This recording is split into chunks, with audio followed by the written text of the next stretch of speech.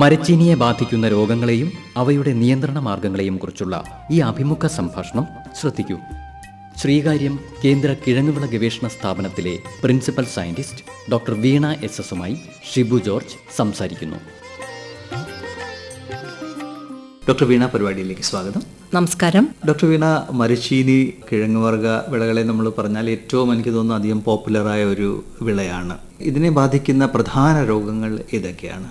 നാം കപ്പ, ചീനി, മരച്ചീനി, പൂള എന്നെല്ലാം ഓമന പേര് വിളിക്കുന്ന ഈ കപ്പയും ഉൾപ്പെടുന്ന കിഴങ്ങ് വിളകൾക്ക് പൊതുവെ പച്ചക്കറികളെയൊക്കെ അപേക്ഷിച്ച് രോഗങ്ങൾ കുറവാണ്.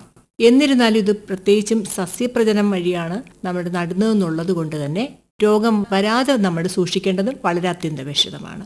പ്രധാനമായിട്ടും 5 രോഗങ്ങളാണ്. കുരുടിപ്പ് അല്ലെങ്കിൽ മൊസൈക്ക് എന്നാണ് നമ്മൾ ഈ രോഗത്തെ വിളിക്കുന്നത്. രണ്ടാമതായി കിഴങ്ങഴുകൽ. പിന്നെ ഈ ഇടയായിട്ട് കർഷകർക്ക് വളരെ ഭീഷണിയായിക്കൊണ്ടിരിക്കുന്ന ഒരു രോഗമാണ് തണ്ടും വേരും ചീയൽ. ഇലപ്പുള്ളി രോഗം അത് അത്ര വളരെ സീരിയസ് അല്ല, ഇലപ്പുള്ളി രോഗമുണ്ട്. രണ്ടാമതായി ഇലകളും തണ്ടും കരിയുന്ന ഒരു രോഗവും കൂടിയുണ്ട്. ഈ 5 രോഗങ്ങളാണ് പ്രധാനമായിട്ടും മരച്ചീനിയിലുള്ളത്. നമ്മുടെ ലോകത്ത് തന്നെ കപ്പ കൃഷി ചെയ്യുന്ന എല്ലാ സ്ഥലങ്ങളിലുമുള്ള ഒരു രോഗമാണ് ഈ കുരുടിപ്പ് രോഗം അല്ലെങ്കിൽ മൊസൈക്ക് രോഗം എന്ന് പറയുന്നത്. ആ രോഗം എല്ലാവർക്കും അറിയാവുന്നതുപോലെ നമ്മുടെ കോവിഡൊക്കെ ഉണ്ടാക്കിയതുപോലെ തന്നെ ഒരു വൈറസാണ് ആ രോഗം ഉണ്ടാക്കുന്നത് കൊണ്ട് തന്നെ നമുക്ക് പ്രത്യേകിച്ച് കുമിൾനാശിനികളോ ഒന്നും പ്രയോഗിക്കാൻ പറ്റുന്നില്ല. ഈ രോഗം തന്നെ ഏത് ഇനം, ഏത് പ്രായം, ആ ചെടിയിലുള്ള വൈറസിന്റെ അളവ് എന്നിങ്ങനെയൊക്കെ ആശ്രയിച്ചിരിക്കും നാശനഷ്ടമുണ്ടാക്കുന്നത്. പ്രധാന രോഗലക്ഷണം എന്ന് പറയുകയാണെങ്കിൽ ഈ ഇലകളിൽ തന്നെ പച്ചയും മഞ്ഞയും കലർന്ന് ഒരു മൊസൈക്ക്, അതായത് അത് പല രീതിയിലും എത്ര തീവ്രതയുണ്ടോ അതനുസരിച്ച് ഇലകളുടെ വലിപ്പം കുറഞ്ഞു കാണും. ചില സമയത്ത് അതായത് ഒരു റിബൺ പോലെ ആയിക്കഴിയും. ഇലയാണെന്ന് പോലും നമുക്ക് തോന്നത്തില്ല. ആ രീതിയിൽ ഇലകൾക്കൊരു രൂപാന്തരം സംഭവിക്കാറുണ്ട്.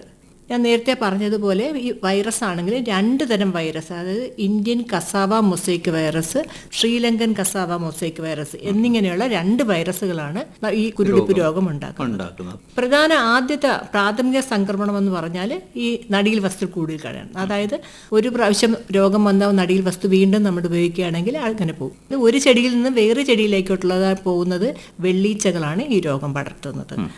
അപ്പോൾ ഇതിൻ്റെ ഒരു മാനേജ്മെൻറ്റ്, അല്ലെങ്കിൽ നമ്മൾ ഇപ്പം നിയന്ത്രണമെന്ന് പറയാറില്ല, എങ്ങനെ മാനേജ് ചെയ്യുന്നതെന്ന് നമ്മൾ പറയാറുള്ളത്.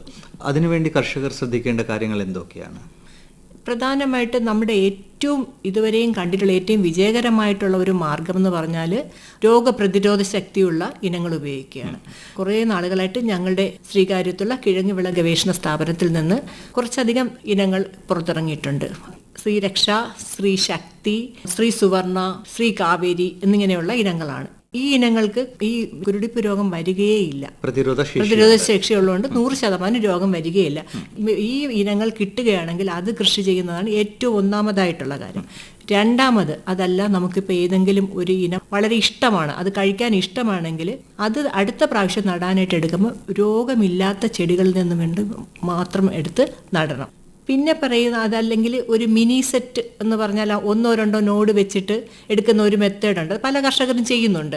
അങ്ങനെയാണെങ്കിലും നമ്മുടെ ആദ്യം ആ 1-2 മുട്ടുകളിൽ നിന്ന് വന്ന ചെടിയാണ് പിന്നെ കൃഷിയിടത്തിൽ നടുന്നത്. അത് പൊളച്ച് വരുമ്പോൾ തന്നെ നമുക്ക് വൈറസ് രോഗം ആ പ്രാഥമിക ഘട്ടത്തിലുണ്ടോ എന്ന് നോക്കിയതിന് ശേഷം ഇല്ലാന്നുണ്ടെങ്കിൽ കൃഷിയിടത്തിൽ നടാം. ഇങ്ങനെ ചെയ്യുന്നതിന്റെ ഒരു പ്രധാന കാരണം എന്ന് പറഞ്ഞാൽ ഈ കുരുടിപ്പ് രോഗം ആദ്യത്തെ 5 മാസം 6 മാസം വരാതിരുന്ന അവസാന ഘട്ടത്തിലാണ് വരുന്നതെങ്കിൽ വിളനാശം ഉണ്ടാവുന്നില്ല. അതേ സമയത്ത് ആദ്യം നട്ട് കഴിഞ്ഞ്, അതായത് നമ്മുടെ കിഴങ്ങൊക്കെ ഉണ്ടാകുന്ന സമയത്തങ്ങാണ് ഈ രോഗം വരുന്നതെങ്കിൽ കർഷകർക്ക് ഒരുപാട് വിളനാശം ഉണ്ടാകുകയും ചെയ്യും. അപ്പൊ അതുകൊണ്ട് ആ ഒരു മാർഗം നമ്മുടെ രോഗമില്ലാത്ത തണ്ടുകൾ തന്നെ എടുക്കണം. പിന്നെ രണ്ടാമത് കൃഷിയുടെ ശുചീകരണം എന്ന് പറയുമ്പോൾ പലരും ചോദിക്കും എന്താണ് ശുചീകരണം, ഈ നമ്മുടെ എല്ലാവരും തൂത്തുവാരുന്ന പോലെയാണോ? പക്ഷെ ശുചീകരണം എന്ന് ഉദ്ദേശിക്കുന്നത് രോഗം വന്ന ചെടികളെ വിളവെടുപ്പതിന് ശേഷം അവിടെ ഇട്ടേക്കരുത്. കാരണം വെച്ചാൽ നേരത്തെ പറഞ്ഞ പോലെ വെള്ളീച്ചകൾ അവിടെ കാണും, അല്ലെങ്കിൽ ഈ വൈറസ് ഉള്ള കപ്പത്തണ്ടുണ്ടല്ലോ, അപ്പൊ അതിന് ഇലകളിൽ നിന്ന് വേറെയിലോട്ട് പോകാനുള്ള ചാൻസും ഉണ്ട്.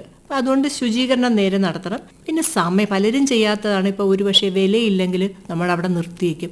അങ്ങനെയല്ല, സമയത്ത് തന്നെ വിളവെടുക്കണം. പിന്നെ അതുപോലെ തന്നെ ചിലപ്പം നമ്മുടെ നടാതെ തന്നെ തനിയെ മുളച്ച ഇത് കാണും, അല്ലെങ്കിൽ കുറച്ച് വരമ്പിലൊക്കെ നിൽക്കും. അങ്ങനെയുള്ളതാണെങ്കിലും ഈ നമ്മുടെ ശരിക്കുമുള്ള വിളവെടുപ്പത്തിന് ശേഷം ഈ വെള്ളീച്ചകൾക്ക് പോയി ഇരിക്കാനായിട്ട് ഒരു സ്ഥലം കാണും. അപ്പം അതും നമ്മുടെ മാറ്റിയിരിക്കണം. പിന്നെ വെള്ളീച്ച നശീകരണത്തിന് പ്രധാനമായിട്ടും ചെയ്യേണ്ടതെന്ന് വെച്ചാൽ നമുക്ക് കീടനാശിനി ഉപയോഗിക്കുകയാണെങ്കിൽ 2 എണ്ണമാണ് പ്രധാനമായിട്ട്. ഇമിഡാക്ലോപ്പിഡ് അല്ലെങ്കിൽ തയോമെത്തസം 2 ആണെങ്കിലും 3 ലിറ്റർ വെള്ളത്തിൽ 1 ml എന്നുള്ള രീതിയിൽ അങ്ങനെ ചെയ്തിട്ട് വെള്ളീച്ചകളെ നശിപ്പിക്കാവുന്നതാണ്. പിന്നെ മറ്റേ സെക്കൻഡ് രോഗം മേഡം പറഞ്ഞത് ചീയലാണ് അല്ലേ? 2 തരം ചെയ്യലുണ്ട്. ഇതൊന്ന് മരിച്ചീനി അഴുകൽ. അത് ശരിക്കും പറഞ്ഞാൽ കേരളത്തിൽ ഇപ്പം വലുതായിട്ടില്ല, ഇല്ലെന്ന് തന്നെ പറയാം. അത് തമിഴ്നാട്ടിലായിരുന്നു കൂടുതലായിട്ടുണ്ടായിരുന്നു. പക്ഷേ നമ്മുടെ തന്നെ കോട്ടയം അങ്ങനെയുള്ള സ്ഥലത്തും കണ്ടിട്ടുണ്ട്. അപ്പോൾ അത് കുറച്ച് നമ്മൾ അറിയാതിരുന്നിട്ടുണ്ടെങ്കിലുള്ള പ്രശ്നം എന്ന് വെച്ചാൽ ഈ രോഗം വരുമ്പോൾ നമുക്ക് രോഗമാണെന്ന് മനസ്സിലാകത്തില്ല. ആ രോഗത്തെക്കുറിച്ചൊരു അറിവുണ്ടെങ്കിൽ നമുക്കൊരു സംശയമെങ്കിലും തോന്നും ഈ രോഗമാണോ എന്നുള്ളത്. അതുകൊണ്ട് ഞാൻ ചുരുക്കി ഒന്ന് പറഞ്ഞേക്കാം. ഇതിനകത്താണെങ്കിൽ ഈ ഒരു രോഗത്തിനുള്ളതാണെങ്കിൽ ഈ കിഴങ്ങുകളിൽ ഒരു ചെറിയ തവിട്ട് നിറത്തിൽ വന്ന് അകമെല്ലാം അഴുകിക്കഴിഞ്ഞതിന് ശേഷം ശരിക്കും എല്ലാം അഴുകിക്കഴിയുമ്പോൾ ആ കവർ പൊട്ടി ഒരു ദ്രാവകം പുറത്തോട്ട് വന്ന് അത് വല്ലാത്തൊരു ദുർഗന്ധവും വന്നിട്ട് കഴിഞ്ഞിട്ട് അത് കർഷകർക്ക് വിൽക്കാനോ ഒന്നിനും പറ്റത്തില്ല. അതാണ് അതിൻ്റെ പ്രധാനമായിട്ട്. ഇതിൽ ഏറ്റവും ഒരു കഴിച്ചാൽ മുകൾ ഭാഗത്ത് ചെടിക്ക് യാതൊരു ലക്ഷണവും ഉണ്ടാവത്തില്ല. നമ്മൾ കപ്പ പറിക്കുമ്പോൾ മാത്രമായിരിക്കും കാണുന്നത് ഇതിന് കീട്. പക്ഷെ ഈ ഒരു രോഗം ഇപ്പോൾ തൽക്കാലം നമുക്ക് ഭാഗ്യത്തിന് പ്രശ്നമില്ല. പക്ഷെ എന്നിരുന്നാലും അത് വന്നിരുന്നാൽ ചെയ്യേണ്ടതെന്ന് വെച്ചാൽ പ്രധാന ഒരു കാര്യം നമ്മൾ നന്നായിട്ട് നീർവാർച്ച ക്രമീകരിച്ച് കൊടുക്കണം. പിന്നെ ധാരാളം ജൈവവളങ്ങളും ട്രൈക്കോഡർമ പോലുള്ള ഇതെല്ലാം ഇട്ട് കൊടുത്താലാണ് മതി. അത് മതി. ഇത് കുമിൾ രോഗമാണ്. അതായത് ഇപ്പോൾ ധാരാളം രോഗങ്ങൾ കേരളത്തിൽ ഉണ്ടാക്കുന്ന നമുക്ക് ഒരുപാടുണ്ട്. തെങ്ങിന് കമുകിനൊക്കെ രോഗം ഉണ്ടാക്കുന്ന ഫൈറ്റോത്തോറ തന്നെയാണ് ഈ രോഗം ഉണ്ടാക്കുന്നത്. മറ്റൊരു ചീയൽ മേഡം പറഞ്ഞത് തണ്ടും വേരും ചീയൽ. ഈ തണ്ടും വേരും ചീയലെന്ന് പറഞ്ഞാൽ ആദ്യമായിട്ട് 2019 ആ കോവിഡിന് തൊട്ട് മുമ്പ് കൊട്ടാരക്കരയിൽ നിന്നാണ് നമ്മൾ ആദ്യമായിട്ട് കണ്ടത്. അത് ഇതിൻ്റെ പ്രധാന ഒരു കാരണങ്ങൾ ഇത്രയും നാൾ ഈ ഒരു 5 വർഷത്തെ പഠനത്തിൽ നിന്ന് മനസ്സിലായത് പ്രധാനമായിട്ട് ഈ രോഗം ഉണ്ടാകാനുള്ള കാര്യം ഒന്നാമത് അമ്ലത, രണ്ടാമത് അസന്തുലിതമായിട്ടുള്ള വളപ്രയോഗം, പിന്നെ നീർവാർച്ച ശരിയാകാത്തത്. ഈ 3 കാരണങ്ങളും ഇതുണ്ടാക്കുന്ന രോഗഹേതു ഒരു ഫംഗസ് തന്നെയാണ്. കൂടുതലും ഫ്യൂസേറിയോ ആണ്. ആ ഫ്യൂസേറിയത്തിൻ്റെ വളർച്ചയെ ദുരിതപ്പെടുത്തുന്ന കാരണം കൂടുതൽ രോഗം ഉണ്ടാവുകയാണ് ചെയ്യുന്നത്. ഈ രോഗം എന്ന് പറഞ്ഞാൽ ഏത് ഘട്ടത്തിൽ വേണമെങ്കിലും ചെടിയുടെ ഏത് ഘട്ടത്തിൽ വേണമെങ്കിലും വരാം.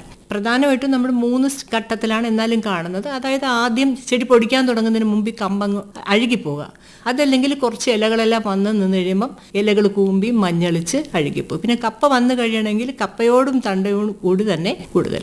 എന്നാലും ഏറ്റവും കൂടുതലായിട്ട് കർഷകർ തിരിച്ചറിയുന്ന ഒരു സ്റ്റേജ് എന്ന് പറയുകയാണെങ്കിൽ നമ്മുടെ കപ്പയുടെ കടഭാഗം എന്ന് വെച്ചാൽ തണ്ട് മണ്ണോട് ചേരുന്ന ഭാഗം. ആ ഭാഗത്തൊരു കറുപ്പ് നിറം കാണാം. നമ്മൾ സൂക്ഷിച്ച് നോക്കുകയാണെങ്കിൽ ചെറിയ കുമിളകൾ പോലെ കാണാം. അതുപോലെ ഈ കുമിളിൻ്റെ ഒരു വെള്ള കളറും അതിനകത്ത് കാണാവുന്നതാണ്. ഈ കടഭാഗത്തുണ്ടാകുന്ന കറുപ്പ് നിറം മുകളിലേക്കും താഴേക്കും വ്യാപിക്കുന്നു. അപ്പോഴും തന്നെ ചെടിക്ക് അനാരോഗ്യം വന്നു കഴിഞ്ഞ് പോരാത്തതിന് ഇതെല്ലാം വെള്ളമെല്ലാം വലിച്ചിരുന്ന ആകിരണ വേരുകളെയും ഇത് ബാധിക്കും. ആ സ്റ്റേജിലാണ് നമ്മൾ ശരിക്കും വാട്ടം കാണുന്നത്. ഇത്രയും കഴിഞ്ഞിട്ട് ഈ കടഭാഗം ഇത്രയും അഴുകി കഴിയുമ്പോൾ കപ്പയും അഴുകും. ഇത് കാരണം പല ഭാഗത്തും ഒരു 50 തൊട്ട് 80% വരെ ഈ കപ്പച്ചെടികൾ പോകാറുണ്ട്. ഈ ഒരു കാര്യം ഇത് ഇപ്പം ആദ്യം നമ്മുടെ കൊല്ലം, തിരുവനന്തപുരം, തെക്ക് ജില്ലകളിലായിരുന്നെങ്കിലും ഇപ്പം എല്ലാ സ്ഥലത്തും തന്നെ ഈ രോഗം കാണുന്നുണ്ട്. ഇതിന്റെ ലക്ഷണം വേണം പറഞ്ഞ മാതിരി ഓളർ റീജിയനിൽ ആ കറുത്ത ഒരു ഇത് വരുമ്പം, പക്ഷെ അത് കർഷകർക്ക് മിക്കവാറും അത് കാണാൻ ലേറ്റായി പോകുന്നു തോന്നുന്നു. ലേറ്റായി പോകും. അവരത് കണ്ടു തുടങ്ങി കഴിയുമ്പോൾ കൂടുതലും ഉണ്ടായിരിക്കും. പിന്നെ അത്ര അവർക്ക് നിയന്ത്രിക്കാൻ പറ്റത്തില്ല. പക്ഷെ പ്രത്യേകിച്ചും ഇത് അവർ ശ്രദ്ധിക്കേണ്ടതെന്ന് പറഞ്ഞാൽ സാധാരണഗതിയിൽ നമ്മുടെ വരണ്ട കാലാവസ്ഥ കഴിഞ്ഞ് അങ്ങോട്ട് മഴ വരുമല്ലോ. അതായത് മെയ്, ജൂണും സെപ്റ്റംബർ, ഒക്ടോബറും ആ സമയത്ത് ആ മഴ കിട്ടി തുടങ്ങുമ്പോഴാണ് പ്രധാനമായിട്ടും ഈ കർഷകർ ഇത് നോട്ട് ചെയ്യുന്നത്. പിന്നെ ഈ രോഗപ്രതിരോധത്തിന് നമ്മൾ ചെയ്യുകയാണെങ്കിൽ എല്ലാത്തിനും തന്നെ ഈ കൃഷിയുടെ ശുചിത്വം പാലിക്കലെന്ന് പറഞ്ഞാൽ വളരെ പ്രധാനം. നമ്മൾ നിസ്സാരമായിട്ട് വിചാരിക്കുമെങ്കിലും ഏറ്റവും പ്രാധാന്യമുള്ള, പ്രത്യേകിച്ച് കുമിൾ രോഗങ്ങളുടെയൊക്കെ കാര്യം പറയുമ്പോൾ പ്രധാനമായിട്ട് ശ്രദ്ധിക്കേണ്ട ഒരു കാര്യമാണ് ആ കൃഷിയിടം നന്നായിട്ട് ശുചിയാക്കി വെക്കണമെന്നുള്ളത്. പിന്നെ ഞാൻ പറഞ്ഞു പ്രധാനമായിട്ട് ഇത് ഉണ്ടാകുന്ന കാര്യം നീർവാർച്ച ക്രമീകരണമാണ്. അപ്പം നീർവാർച്ച ക്രമീകരണം അഥവാ അവിടെ ഈ വെള്ളം കെട്ടി നിൽക്കുന്ന സ്ഥലത്തെങ്കിൽ വെള്ളം ഒഴുകി പോകാനായിട്ടുള്ള ഒരു സൗകര്യം ചെയ്തു കൊടുക്കണം. ഇതുവരെ നമ്മുടെ ഈ രോഗം കണ്ടിട്ടുള്ള എല്ലാ സ്ഥലങ്ങളിലും തന്നെ, അതായത് വയലിൽ കപ്പ നടന്നിടത്ത് മാത്രമാണ് ഈ രോഗം കണ്ടിട്ടുള്ളത്. അതുകൊണ്ടാണ് ഈ ഈർപ്പത്തിന്റെ കാര്യം പ്രത്യേകിച്ച് പറഞ്ഞത്. ഞങ്ങൾ പലരോടും ചോദിച്ചിട്ടുണ്ട്, ഇതുവരെയും ഈ വയലിൽ നട്ട കപ്പയിലല്ലാതെ ഈ വേരും തണ്ടും ചീയൽ രോഗം എവിടെയും കണ്ടിട്ടില്ല. പിന്നെ രണ്ടാമത്തെ കാര്യം ഞാൻ നേരത്തെ പറഞ്ഞ അമ്ലതയാണ്. അപ്പോൾ മണ്ണൊന്ന് ടെസ്റ്റ് ചെയ്യണം. മണ്ണ് ടെസ്റ്റ് ചെയ്തിട്ട് നമുക്കറിയാമല്ലോ മണ്ണിന് അമ്ലതയുണ്ട്, അത് വ്യത്യാസപ്പെടുത്തണമെന്നുണ്ടെങ്കിൽ ചെയ്യേണ്ടത് ഒന്നുകിൽ ഫോസ്ഫോ ജിപ്സം ഉണ്ട്, അല്ലെങ്കിൽ കുമ്മായമുണ്ട്. ഒരു ഹെക്ടറിന് 1.5 ടൺ എന്നുള്ള രീതിയിൽ നമ്മൾ ചേർത്ത് കൊടുക്കണം. ഈ ചേർക്കുമ്പോൾ പ്രത്യേകിച്ചും നമ്മൾ കപ്പത്തണ്ട് നടുന്നതിന് ഒരു 2 ആഴ്ച മുമ്പ് വേണം ഇങ്ങനെ ചെയ്ത് കൊടുക്കുക. പോരാത്തതിന് എപ്പോഴും ഒരു കാര്യം നമ്മൾ ശ്രദ്ധിക്കണം, അവിടെ ജലാംശം ഉണ്ടെന്നുള്ളത് ഉറപ്പാക്കണം. ഇനി ഞാൻ നേരത്തെ പറഞ്ഞു സന്തുലിതമായിട്ടുള്ള വളപ്രയോഗമാണ് ചെയ്യേണ്ടതെന്ന് പറഞ്ഞാൽ നമ്മുടെ പ്രാഥമിക, ദ്വിതീയ, സൂക്ഷ്മ മൂലകങ്ങളെല്ലാം അതിന് കിട്ടുന്നുണ്ടെന്നുള്ളത് ഉറപ്പാക്കണം. ഒന്നുകിൽ അത് യൂണിവേഴ്സിറ്റിയോ അല്ലെങ്കിൽ CTCRO പറഞ്ഞിരിക്കുന്ന പോലെ വളപ്രയോഗം നല്ല, അല്ലെങ്കിൽ കസ്റ്റമൈസ്ഡ് ഫെർട്ടിലൈസർ, ഇതെല്ലാം കൂടെ ഒരുമിച്ച് ചേർത്തിട്ടുള്ള അതെങ്ങനെയെങ്കിലും എന്തായാലും സന്തുലിതമായിട്ടുള്ള വളപ്രയോഗം ചെയ്തു കൊടുക്കണം. പിന്നെ ഈ ഫ്യൂസേറിയ എന്ന് പറയുന്നത് ഒരു കുമിളാണ്. അപ്പോൾ ആ കുമിളിനെ തന്നെ നമ്മൾ പറയും വേപ്പിൻ പിണ്ണാക്കൊക്കെ ചേർത്ത് കൊടുക്കുക. എന്ന് വെച്ചാൽ ആ ഒരു കൂടുതലായിട്ട് ഇതിനെ തന്നെ പ്രതിരോധിക്കുന്ന പല സൂക്ഷ്മാണുക്കളും ഉണ്ടല്ലോ, അതിന് നന്നായിട്ട് വരാനായിട്ടാണ് വേപ്പിൻ പിണ്ണാക്ക് ചേർത്ത് കൊടുക്കുക. പിന്നെ ട്രൈക്കോഡർമ, നമ്മുടെ എല്ലാത്തിനും പറയുന്ന ഒരെണ്ണമാണ് ട്രൈക്കോഡർമ.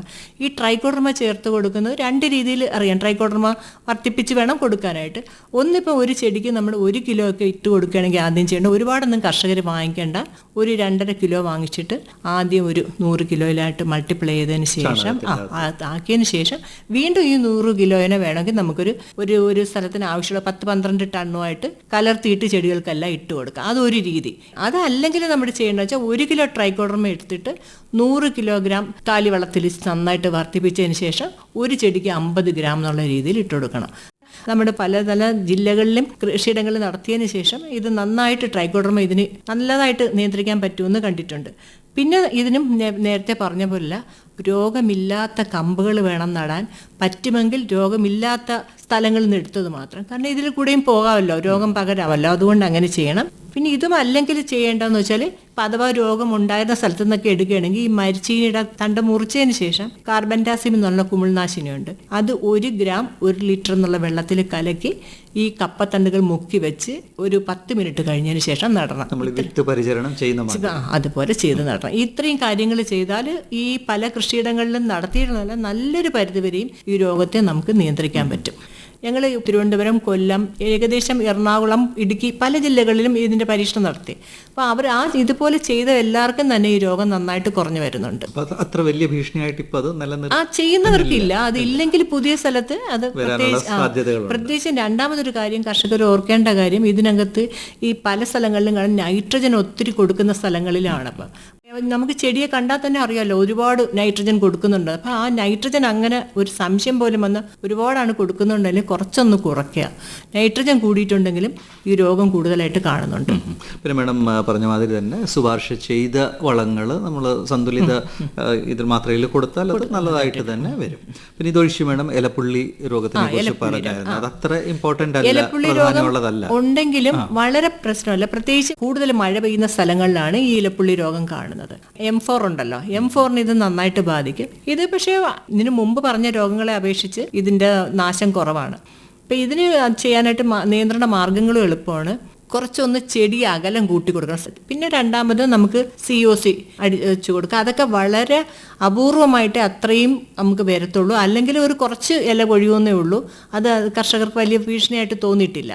അത് ഇലപ്പുള്ളി രോഗങ്ങൾ ഞാൻ പറയേണ്ട ആവശ്യമില്ലാന്ന് തോന്നുന്നു. എല്ലാവർക്കും അറിയാം, ഇലയിൽ ഇങ്ങനെ ചെറിയ പുള്ളിയായിട്ട് വരും. ഇതും കുമിളാണ്. ഈ ഞാൻ പറഞ്ഞ നമ്മുടെ കുരുടിപ്പ് രോഗം ഒഴിച്ച് ബാക്കി എല്ലാം തന്നെ കുമിൾ രോഗങ്ങളാണ്. ഇവിടെ നമുക്കില്ല, തൽക്കാലം നമുക്കില്ല. ഇവിടെ ഉള്ള രോഗങ്ങളെല്ലാം ഈ കുരുടിപ്പ് രോഗം, അത് അല്ലെങ്കിൽ മൊസൈക്ക് രോഗം മാത്രം വൈറസ്, ബാക്കിയെല്ലാം കുമിൾ രോഗങ്ങളാണ് ഉള്ളത്. ഇനി ഇതല്ലാതെ ഒരു കരിച്ചിൽ പോലെ വരും. കരിച്ചിൽ വരുന്ന വെച്ചാൽ അത് പ്രധാനമായിട്ട് ഇലകളിൽ കാണും, അല്ലെങ്കിൽ തണ്ടും കാണും, അല്ലെങ്കിൽ മൊത്തത്തിൽ ആ അഗ്രഭാഗം എല്ലാം കൂടെ കരിഞ്ഞു പോകും. ഇത് നമ്മുടെ എന്താ പറയുക, മാവിനകത്തുണ്ട് ആന്ത്രക്നോസ് എന്ന് പറയുന്ന ഒരു രോഗം തന്നെയാണ്. ഇതും ചിലപ്പോഴേ അങ്ങനെ വരാറുള്ളൂ, എല്ലാ വർഷവും വരണമെന്നില്ല, അധികം രീതിയിലും വരത്തില്ല. പക്ഷെ എന്നാലും ചില കാലാവസ്ഥയിൽ ഈ രോഗം വരുവാണ്. ഈ രോഗം വരുവാണെങ്കിലും നമുക്ക് എന്താ പറയുക, വളരെ ഈ കുമിൾനാശിനിയായ മാംഗോസബോ അല്ലെങ്കിൽ കാർബൻഡാസിമോ എന്തെങ്കിലും സ്പ്രേ ചെയ്ത് കൊടുത്താൽ മതി. ഇതിന് ഇത്രയും എനിക്ക് പറഞ്ഞ എല്ലാ രോഗങ്ങളിനകത്തും കർഷകർ ശ്രദ്ധിക്കേണ്ട പ്രധാന കാരണം എന്ന് വെച്ചാൽ ഈ മരച്ചീനി നടുമ്പോൾ പ്രധാനമായിട്ടും നമ്മൾ ശ്രദ്ധിക്കേണ്ട ഒരു കാര്യം എന്ന് പറഞ്ഞാൽ രോഗമില്ലാത്ത തണ്ടുകൾ മാത്രം നടാനായിട്ട് ഉപയോഗിക്കുക. അങ്ങനെ ചെയ്താൽ തന്നെ നല്ലൊരു പരിധിവരെ നമുക്ക് രോഗത്തിന് മാത്രമല്ല കീടത്തിനെ പോലും, ചിലപ്പോൾ നമ്മൾ ശ്രദ്ധിക്കാതെ പോകുന്ന പല കീടങ്ങളും വരും, ഇതിന്റെ കൂടെ വരും. അപ്പം നടുന്ന സമയത്ത് നന്നായിട്ട് നമ്മൾ ശ്രദ്ധിച്ച് വേണം നടാനാണ്. പിന്നെ മാഡം സൂചിപ്പിച്ച മാതിരി പ്രതിരോധ ശേഷിയുള്ള ഇനങ്ങൾ ഉണ്ടെങ്കിൽ അത് മാത്രം നടാൻ ശ്രദ്ധിക്കുക. മാത്രവുമല്ല, അതായത് നമ്മുടെ വെള്ളീച്ച പോലെയുള്ള അതിന്റെ ഒരു സാന്ദ്രത കുറച്ച് കൊണ്ടുവരണം. പിന്നെ കിഴങ്ങ് വിളകൾക്കെല്ലാം തന്നെ നന്നായിട്ട് ജൈവവളം ചേർത്ത് കൊടുക്കണം. ജൈവവളം ചേർത്ത് കൊടുത്തു കഴിഞ്ഞാൽ നമ്മുടെ ട്രൈക്കോഡർമ ചേർത്താലും ഇല്ലെങ്കിലും ഈ സൂക്ഷ്മാണുക്കൾ വർദ്ധിച്ച് ചെടിക്ക് ഒരു നല്ല ഒരു ആരോഗ്യവും ഒരു രോഗപ്രതിരോധ ശക്തിയും നൽകും. ഇതാണ് പ്രധാനമായിട്ടും കർഷകർ ശ്രദ്ധിക്കേണ്ട കാര്യങ്ങൾ. ഡോക്ടർ വീണ, താങ്കൾ പരിപാടിയിലേക്ക് വന്ന് മരച്ചീനിയെ ബാധിക്കുന്ന പ്രധാന രോഗങ്ങളെക്കുറിച്ച് നമുക്ക് ചർച്ച ചെയ്യാൻ സാധിച്ചു. മാഡം സൂചിപ്പിച്ച മാതിരി തന്നെ ഏറ്റവും അധികം ശ്രദ്ധിക്കേണ്ട കാര്യം എന്ന് പറഞ്ഞാൽ രോഗമില്ലാത്ത കമ്പ് വെച്ച് തന്നെ കപ്പ നടണം. പിന്നെ വളപ്രയോഗമൊക്കെ നല്ലപോലെ ശുപാർശ മാതിരി ചെയ്യണം, ശുചിത്വം പാലിക്കണം. ഇതെല്ലാം ചെയ്താൽ മിക്ക രോഗങ്ങളെയും അകത്തി നിർത്താൻ സാധിക്കും. വളരെ നന്ദി. നന്ദി.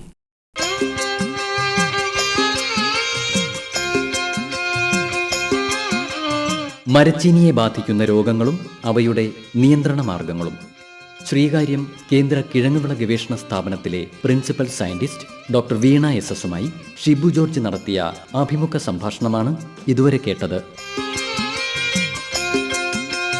ഇതുമായി ബന്ധപ്പെട്ട് കൂടുതൽ കാര്യങ്ങൾ എന്തെങ്കിലും അറിയണമെന്നുണ്ടെങ്കിൽ ഡോക്ടർ വീണയുമായി ഫോണിൽ ബന്ധപ്പെട്ട് കാര്യങ്ങൾ വിശദമായി മനസ്സിലാക്കാവുന്നതാണ്. ഡോക്ടർ വീണ എസ്.എസിൻ്റെ ഫോൺ നമ്പർ പറയാം: 9497536500. നമ്പർ ഒരിക്കൽ കൂടി: 9497536500.